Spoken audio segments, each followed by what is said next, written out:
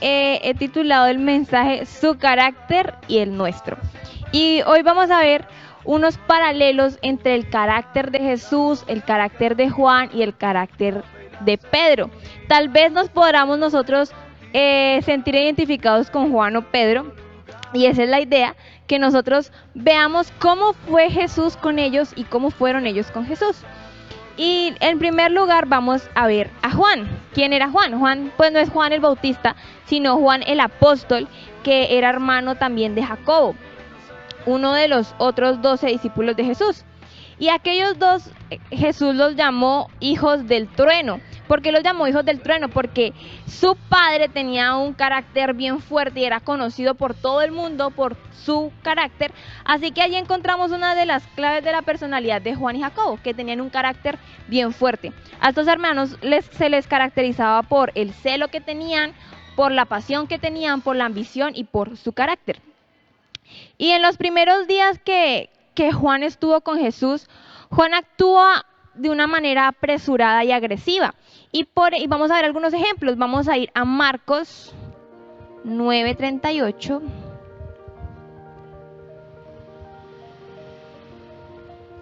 Se me perdió Marcos.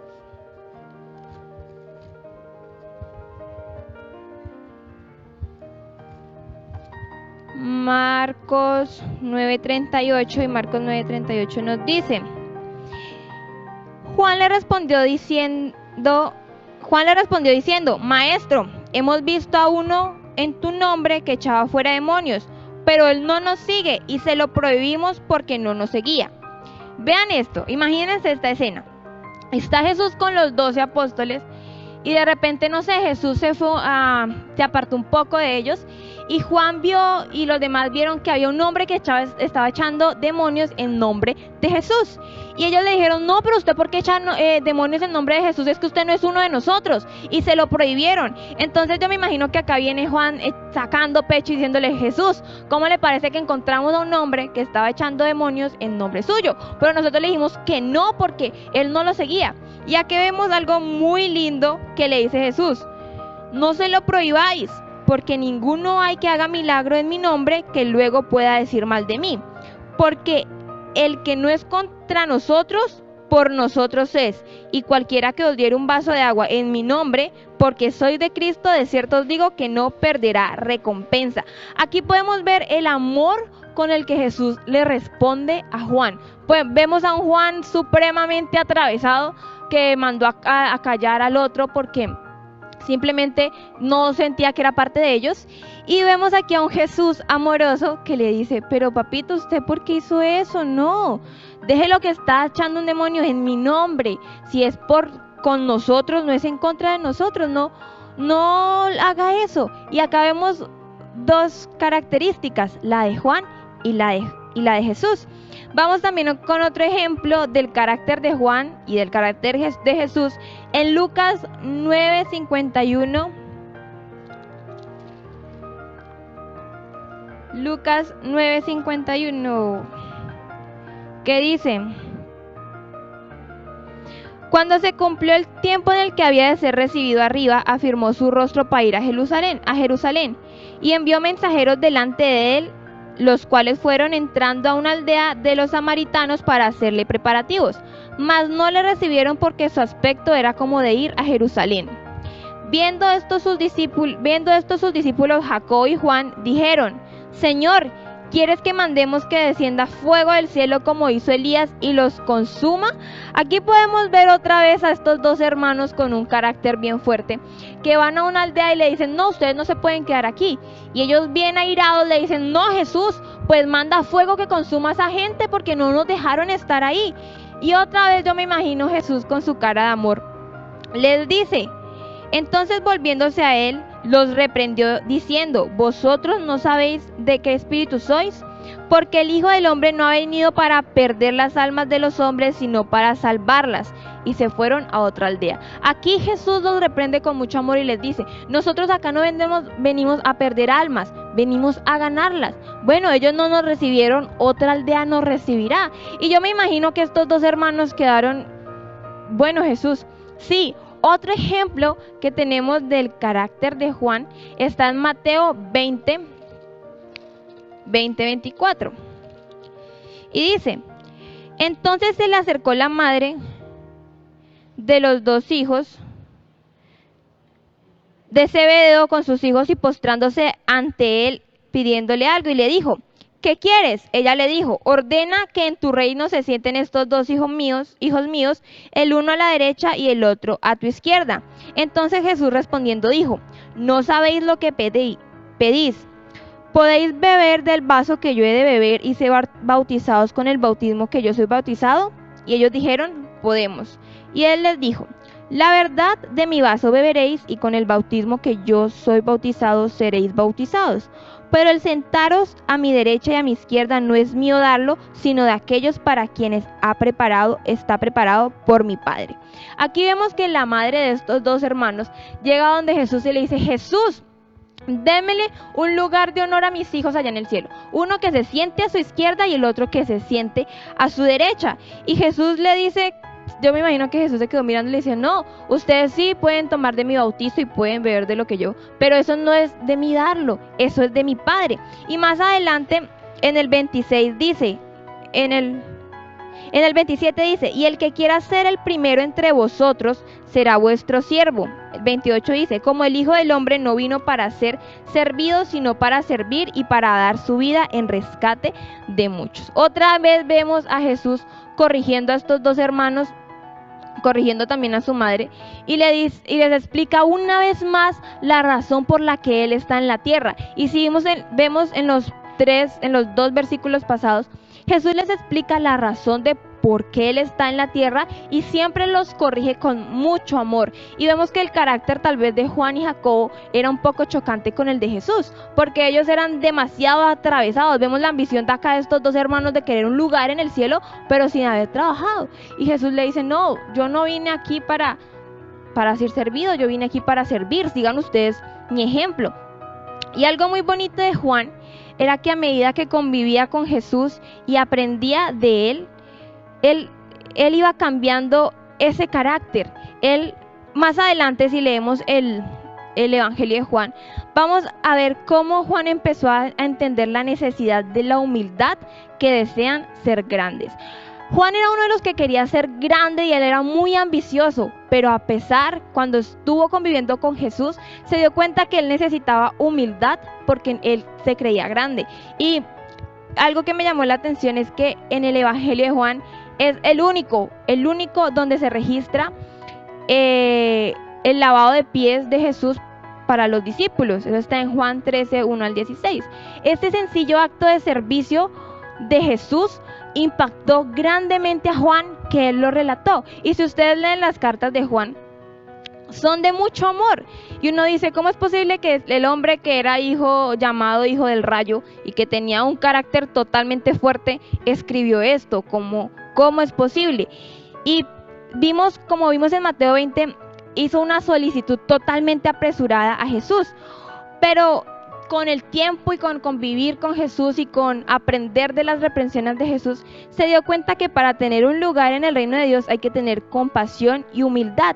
Y en los últimos años de Juan, la compasión y la humildad caracterizó mucho su ministerio. Y aunque seguía siendo valiente y audaz, su ambición fue equilibrada por la humildad que aprendió a los pies de Jesús. Él no se dejó llevar o no se dejó guiar, él siempre se dejó guiar por Jesús. Él nunca le dijo: no, Jesús, es que usted está equivocado y es lo que yo diga. No, Jesús lo corregía y él como que callaba, pensaba, lo meditaba. Yo me imagino que él observaba mucho a Jesús, él vio muchos milagros con Jesús y él observaba esto y él fue aprendiendo, y ese convivir con Jesús hizo que él fuera cambiando su carácter. Y algo que me encanta también de Juan es que Juan, al estar tan conectado con Jesús, se maravilló tanto por todo lo que hacía Jesús que se sentía amado. Cuando leemos el Evangelio de Juan, es importante que veamos que nunca se describe o nunca dice su nombre. En el Evangelio de Juan, él jamás dice Juan, sino que se describe a sí mismo de una manera muy peculiar. Él da expresiones que da a entender que se habla de él sin mencionar su nombre. Podemos verlo en Juan 21:20. Juan 21:20 nos dice: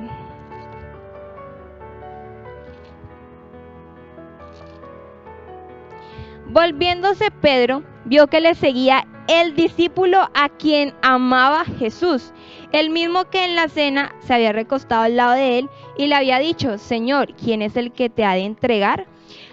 Y hay otro versículo, se me va, no, creo que también está aquí en Juan, que dice, no me acuerdo, ya, Juan 21:7. Dice: entonces aquel discípulo a quien Jesús amaba dijo a Pedro. Si ven que él nunca dice entonces Juan o entonces yo, sino que él decía el discípulo a quien Jesús amaba. Yo pensaba antes de hacer esto que de pronto Jesús tenía un trato especial con Juan y por eso lo amaba sobre los demás, pero haciendo este bosquejo y viendo muchos videos explicativos y comentarios, me di cuenta que no, que Jesús los amaba a todos por igual, simplemente que los demás no tomaban ese amor como lo tomaba Juan. Mientras otros estaban preocupados por otras cosas, Juan se sintió amado y él lo dice acá. Y si nos damos cuenta, el único evangelio que nombra a Juan como el discípulo amado es Juan. Entonces es porque él se sintió amado, él se sintió importante, él sintió ese amor que ninguno de los otros 12 de pronto pudo sentir, pero que se les estaba dando.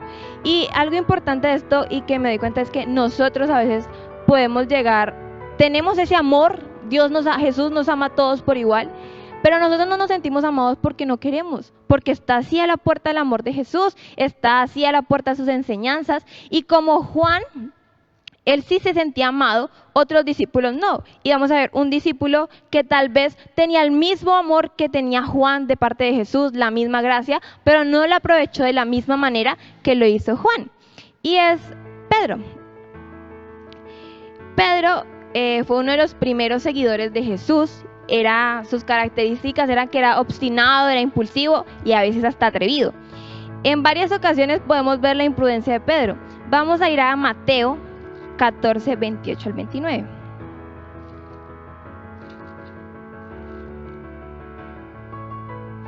Dice: entonces le respondió Pedro y le dijo: Señor, si eres tú, manda que yo vaya sobre las aguas. Y él le dijo: ven. Y descendió Pedro de la barca y andaba sobre las aguas para ir a Jesús. Pero al ver el fuerte viento tuvo miedo y comenzó a hundirse y dio voces diciendo: Señor, sálvame. Al momento Jesús extendió la mano, asió de él y le dijo: hombre de poca fe, ¿por qué dudaste? Aquí están los discípulos en la barca y ven a un hombre caminando así en el agua y dicen: ¡un fantasma! Y entonces no me acuerdo quién es el que dice: no, pero es Jesús. Y Pedro, así de impulsivo, le dijo: si eres Jesús, haz que yo camine sobre las aguas. Y le dice Jesús: no, pues venga, mijo, hágale. Entonces se baja Pedro de la barca y empieza a caminar, y al ver que el mar estaba picado y que había mucho viento, le dio miedo y se empezó a hundir. Y ahí sí le dijo: Señor, sálvame. Y le dice Jesús: hombre de poca fe, ¿por qué dudaste? Y cuando subieron en la barca se calmó el viento. Entonces los que estaban en la barca vinieron y le adoraron diciendo: verdaderamente eres el Hijo de Dios. Aquí vemos otra enseñanza de Jesús con su carácter amoroso al carácter imprudente, a la imprudencia total de Pedro. Y yo creo que yo me identifico mucho con Pedro. Yo soy un poco imprudente a veces. Y la idea es que nosotros, dice Daniela por 2, y la idea es que nosotros podamos identificarnos con ellos para ver cómo actuó Jesús para con ellos. Podemos ver también en Lucas 8:45, les voy a contar así rápidamente. Está Jesús llegando a una ciudad y la multitud lo aprieta y viene una mujer por detrás y toca su manto y pregunta a Jesús: ¿quién es el que me ha tocado? Y responde Pedro: Jesús, pero tanta gente que hay, usted va a preguntar quién me ha tocado. O sea, él ni lo pensó, él de una vez le respondió así de insofacto. Y Jesús le dice: no, yo siento que alguien me tocó. Y ahí vemos cómo sale la mujer y cuenta toda su historia, y yo me imagino que Pedro quedó, la iba como embarrando con mi respuesta. Y podemos ver cómo Jesús aquí, con su carácter otra vez amoroso, muestra de nuevo su amor, no solo para con la mujer que lo había tocado, sino también para Jairo y para con sus discípulos que estaban viendo este acto tan maravilloso. Y también vamos a Mateo 26:33.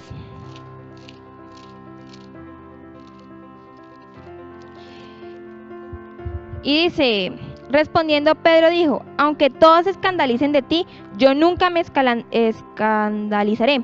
Jesús le dijo: de cierto os digo que esta noche antes de que cante el gallo me negarás 3 veces. Pero Pedro le dijo: aunque me sea necesario morir contigo, no te negaré. Y todos los discípulos dijeron lo mismo. Aquí está Jesús anunciando la negación de Pedro. Y Jesús dice algo y Pedro es tan obstinado que le dice: Jesús, que no, que yo muero con usted, que voy hasta la muerte con usted, que voy para las que sea. Y más tarde lo niega. Entonces vemos también que Jesús probablemente de pronto le hubiera dicho: pero papito, no sea terco, que lo que yo estoy diciendo es así. Y yo me imagino que cuando Jesús hablaba, pues él debía callar, pero él no callaba, él impulsivamente hablaba. Entonces vemos cómo era el carácter de Pedro y cómo Jesús le respondía. Y más adelante vemos que a través de todos los altibajos que tenía Pedro, el Señor siguió siendo muy amoroso y un fiel guía. Más adelante, mucho más adelante, Jesús afirmó a Simón Pedro como la roca. Eso está en Mateo 16, 18 al 19. Prometió que él sería fundamental para el establecimiento de la iglesia, y después de su resurrección, Jesús específicamente nombró a Pedro como alguien que necesitaba escuchar las buenas nuevas, y repitiendo el milagro de la gran pesca, hizo una observación esencial para perdonar y restaurar a Pedro. Después de que Pedro niega a Jesús, él simplemente entra en un estado como de depresión, como de decepción de él mismo, y él lo que hace es que no se aleja, por decirlo así, del evangelio, sino que simplemente se esconde. Él se esconde otra vez en su barca de donde Jesús lo había sacado, y escuchaba un predicador que decía que a veces nosotros tenemos el síndrome de Pedro, que tendemos a escondernos cada vez que fallamos. No pedimos perdón, no nos acercamos a Dios, sino que nos escondemos, no sé, viendo películas, leyendo un libro. Yo normalmente leo mucho cuando estoy así, que no quiero hablar con nadie, y no sé cuál sea el escondite de cada uno, pero nos escondemos, nos pasa el síndrome de Pedro. Pero aquí vemos otra vez el carácter amoroso de Jesús y maravilloso, que estando ellos en la barca, eso está en Juan 21:6, están ellos en la barca y no han pescado absolutamente nada. Y llega Jesús y les dice que echen la red. Y aquí me parece interesante porque aquí es donde vuelve y dice Juan, y el discípulo amado de Jesús le dice a Pedro: es Jesucristo. ¿Sí ven cómo se sentía Juan y cómo Pedro actuó? Después de esto, Jesús se lleva a Pedro y le dice: Pedro, ¿me amas?